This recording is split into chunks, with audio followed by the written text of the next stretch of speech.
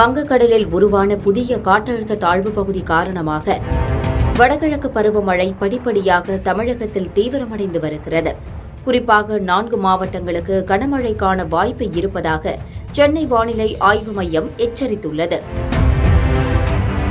தென்கிழக்கு வங்கக்கடலில் நிலை கொண்டுள்ள காற்றழுத்த தாழ்வு பகுதி வலுப்பெற்று தமிழக கடலோர பகுதியை நோக்கி நகரக்கூடும் என்பதால் செங்கல்பட்டு, விழுப்புரம், கடலூர், நாகை, திருவாரூர், காரைக்கால், மயிலாடுதுறை ஆகிய மாவட்டங்களுக்கு கனமழை முதல் மிக கனமழைக்கு வாய்ப்பு இருப்பதாக சென்னை வானிலை ஆய்வு மையம் கணித்துள்ளது. இதுகுறித்து தனியார் சுயாதீன வானிலை ஆய்வாளர் ஹேமச்சந்திரன் தனது சமூக வலைதள பக்கத்தில் பகிர்ந்துள்ள பதிவில், வங்கக்கடலில் உருவான புதிய காற்றழுத்த தாழ்வு பகுதி தற்போது தென்மேற்கு வங்கக்கடல் நோக்கி நகர்ந்து வருகிறது. இந்த காற்றழுத்த தாழ்வு பகுதி தாழ்வு மண்டலமாக மாற வாய்ப்பு உள்ளது. பின்னர் படிப்படியாக நகர்ந்து வந்து தமிழக கடல் பகுதியில் ஒரே இடத்தில் மையம் கொள்வதற்கு வாய்ப்புள்ளது.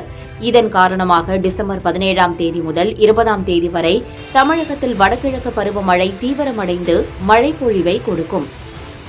இந்த கனமழை டிசம்பர் 22ஆம் தேதி வரை நீடிக்க வாய்ப்பு உள்ளது என்றும், வடகடலோர மாவட்டங்களில் டிசம்பர் 17, 18, 19 ஆகிய தேதிகளில் பரவலாக மிக கனமழைக்கு வாய்ப்பு உள்ளது என குறிப்பிட்டுள்ளார். குறிப்பாக சென்னையில் டிசம்பர் 17, 18, 19 ஆகிய தேதிகளில் கனமழை இருக்கும் என்பதால் மக்கள் சற்று கவனமுடனும் எச்சரிக்கையுடனும் இருக்க வேண்டும் என அறிவுறுத்தியுள்ளார். டிசம்பர் 17ஆம் தேதி இரவு முதல் டிசம்பர் 19ஆம் தேதி காலை வரையிலான 36 மணி நேரத்தில் சென்னை, திருவள்ளூர், காஞ்சிபுரம், செங்கல்பட்டு ஆகிய மாவட்டங்களில் ஒரு சில இடங்களில் அதீத கனமழை பெய்ய வாய்ப்பு உள்ளது என குறிப்பிட்டுள்ளார்.